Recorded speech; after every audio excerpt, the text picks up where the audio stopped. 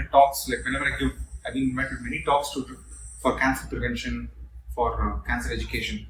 So a rule of three weeks. That is, if you have any long-lasting fever for more than 3 weeks, cough for more than 3 weeks, breathlessness for more than 3 weeks, any bleeding from any orifices like your nose or mouth or anal sphincter or blood in the urine, get yourself checked. If you have any other symptoms, if you have a lump or a small mole or anything which is growing and it is not getting controlled within the 2 to 3 weeks, definitely go get yourself examined. It's not that it's going to be cancer only. It could be so many other diseases, but it could also be cancer. So you need to be very cautious about it. Now in lymphomas, what happens? If a very fit person, he or she might just, when they're just washing the face, they'll be like, you know what, I found a lump. Probably it's a bad tooth or something that I probably have a sore throat. So therefore I got a lump. We know these lymph nodes, they come and go, nothing happens. And then after some time they realize that the lymph node is persistent beyond a few weeks to like I mentioned, 3 weeks. Right. Beyond that, if it's persistent, you'll be like, you know what, I should get it checked.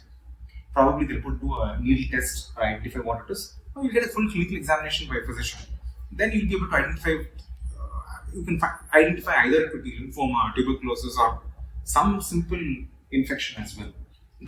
And another thing is that if you had fever, like I told, any of these symptoms which you have beyond 3 weeks, you realize that it's not going away with your regular antibiotics which your physician has prescribed. You don't have a clear-cut sore throat, but then you realize that losing weight for no rhyme or reason. You clinically check your neck, your armpits, your groin, nothing happens, there's nothing there. Even then you could have some lymph nodes growing inside your chest or inside your abdomen. So in that kind of a situation, we call this fever of unknown origin. That is, we don't know exactly the reason for fever. In those kind of situations, we do a CT scan of the body. When we do the CT scan of the body, you might find these lymph nodes.